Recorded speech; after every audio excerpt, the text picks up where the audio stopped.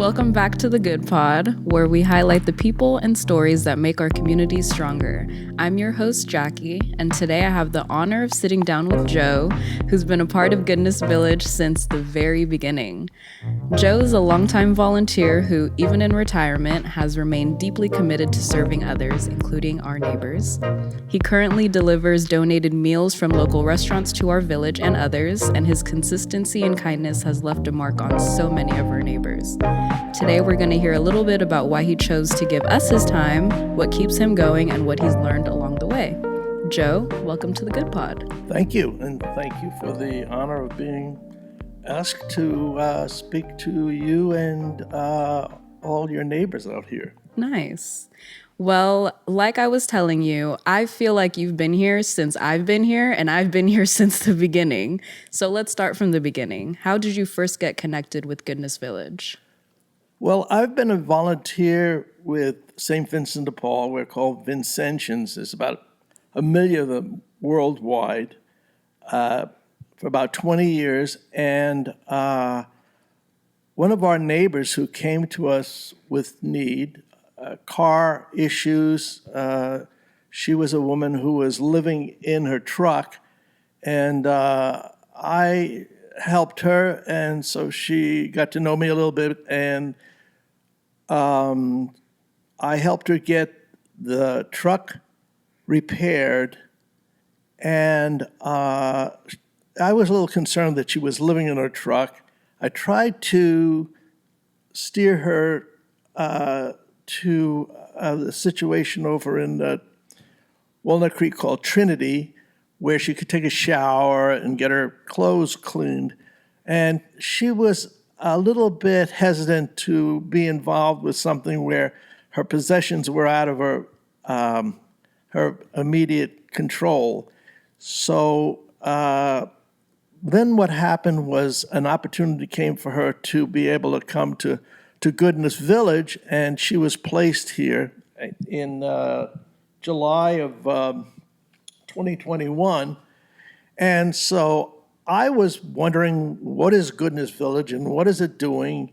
So myself and several other people from our Vincentian group came over and got a tour from Kim Curtis.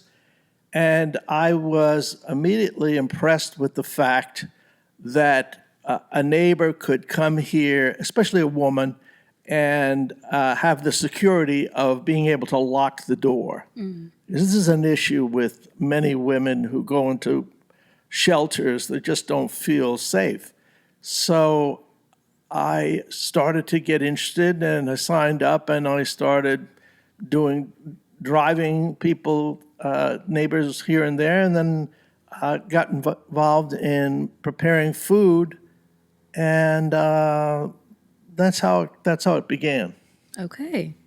And I'm glad that you mentioned, what did you refer to them as? The Vincentians. They're St. Vincent de Paul lived in France in the early 1800s and just started taking care of people in need, what we call the poor. Well, I'm glad you mentioned them because you guys have actually become a great resource for us to use whenever neighbors are in need of any financial costs or anything like that. So thank you for that and that connection. And I wanted to ask you, what has it been like for you to watch our community grow since you've been here from the beginning? It's really been edifying for me to watch the community grow, not just physically, but the people here. At times, I got a crew together and we barbecued, and so I got a chance to talk to the neighbors here at Goodness Village, mm-hmm. and to hear their stories of being able to leave the street and finding not only safety and security here, but help to walk away from addictions and maybe have a mailing address and be able to get on with their life. So that's been edifying for me. Mm-hmm. And you've built a lot of deep relationships with our neighbors over the years, so much so that people wait for you to bring the McDonald's every week. Even if you weren't bringing anything, I'm sure they'd just be happy to see your face and give you a hug and go about their day. So can I ask what those relationships that you've built over the years mean to you? Yeah, well, that gives me a chuckle because I was talking to my friend Pat, who subs for me sometimes, and I said to him, "Hey, Pat," I said, "could you do this?" And he said, "Yeah." And the second time I asked him to do it, he says, "That's great." He said, "They like you there." And I said, and when you come, they're really happy to see you. And I said, for us retired guys, there's not a lot of people that are really happy to see you. Even your family sometimes like, "Oh my gosh, what's he doing here?" So it is a two-way street. We're helping the neighbors here, but the neighbors are also helping me with their goodwill and their smiles. It makes my life more interesting, more exciting. Nice. So it's like enhancing your experience in retirement as well. Yes. Can you tell me a moment or an interaction that really stuck with you? Let's see.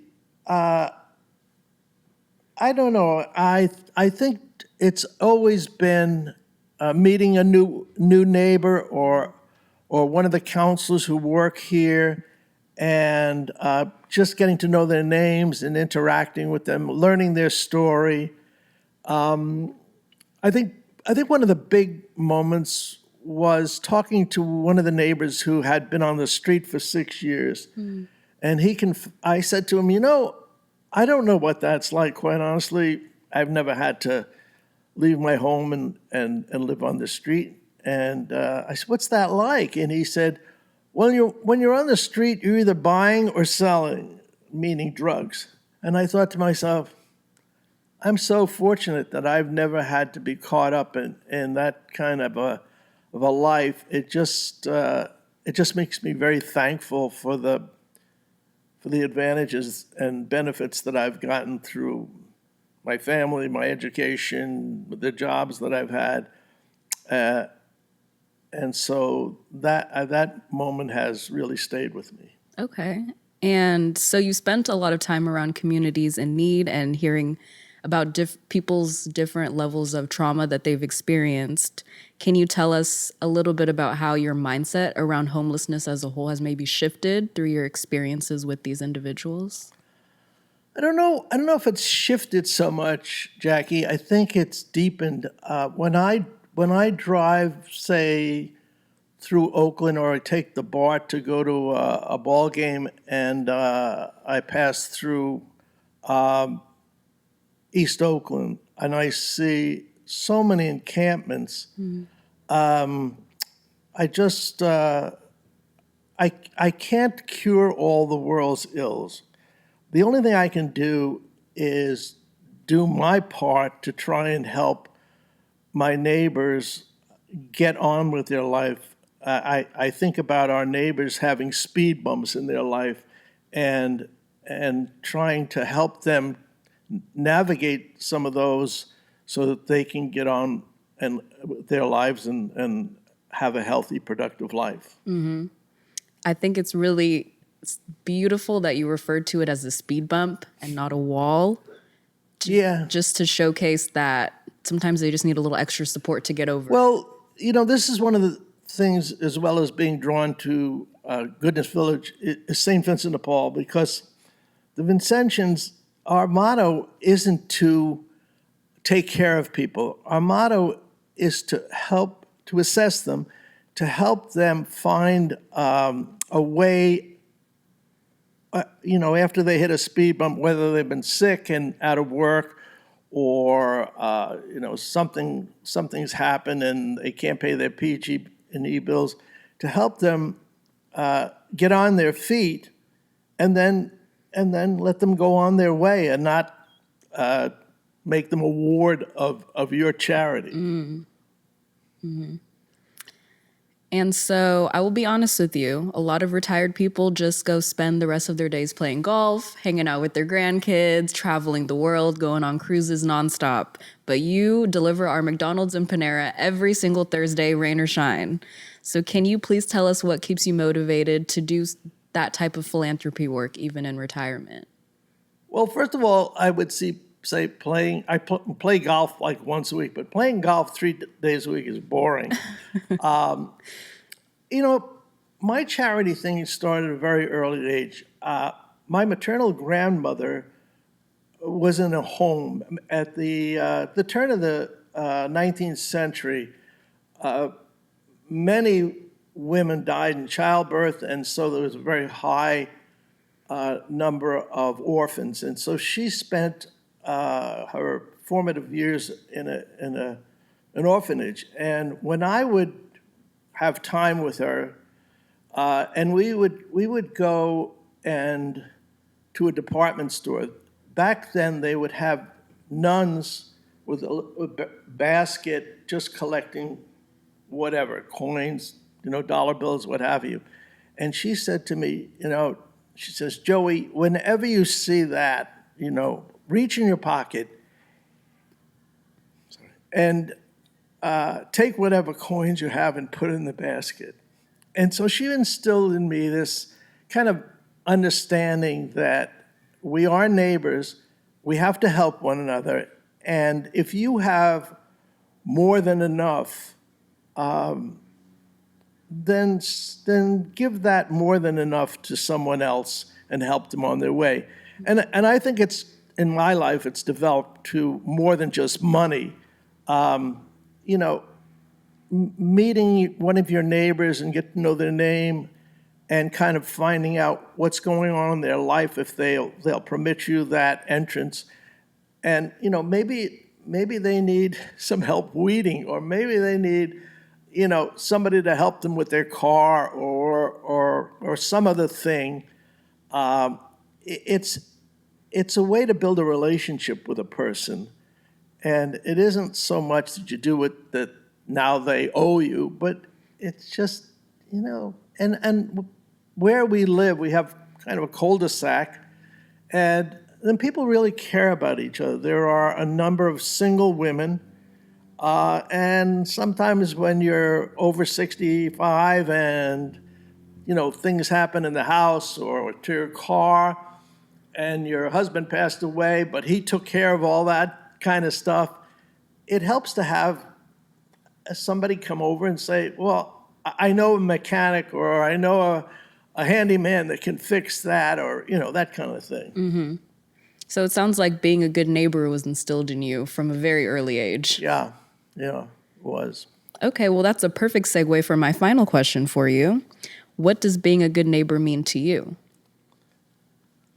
Well, I guess it's also part of my moral background. I just believe that I don't really own anything. What I do is I manage things. God has given us this beautiful earth to take care of. In my life, He's blessed me with, like as I said before, a family, an education, jobs that allowed me to put money into a 401k and retire. I have more than I need for my wife and I. So both in terms of time, my limited abilities, and money, I try and help people where I see that I can actually help them and not burden them by trying to help them. It gives me a good feeling to do that. So it's not that I go out of my way looking for things, but like in the case of the Panera bread, someone came to me and said, "Hey, could you help us with this thing? We know Panera gives bread, and what we have to do is put together a 501c3 and blah blah blah blah." So yeah, I can do that. I did that, and all of a sudden, now my daughter calls me the bread fairy. So, and then while I was doing that, you asked about McDonald's, and I'm like, okay, yeah, it's on the way. I can do that. Things kind of fall in my lap. Mm-hmm. And I would say to anybody who listens to this, it's not a big thing, just kind of, maybe when you're watching the news, what kind of bothers you? For me, it's seeing people who are homeless, people who are food insecure. Their life is giving them a speed bump, and if some way I can help them get on their feet, that's what I do. I mean, I don't go searching the world for this. Things fall in my lap, and I just pay attention to them. Mm-hmm. Well, thank you so much for all the time that you've invested in our village and the countless ways that you not just show up for Goodness Village, but all the other charities that you support. And you are a true example of what it means to be a good neighbor. Thank you so much. Thank you. Is there any final words you'd like to leave for our listeners? No, well, I look forward to the growth here at Goodness Village. I look forward to the expansion out to 100 houses.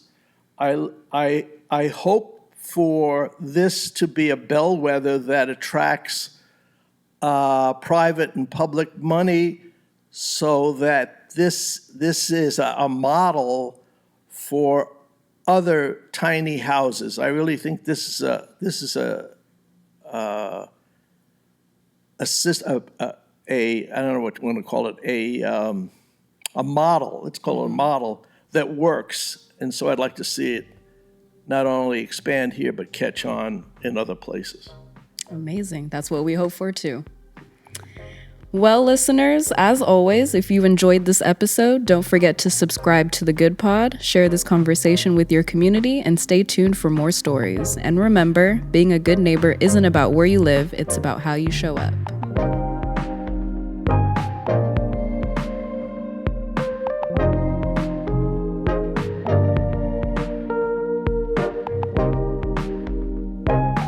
Thank you for listening to the Goodness Village podcast.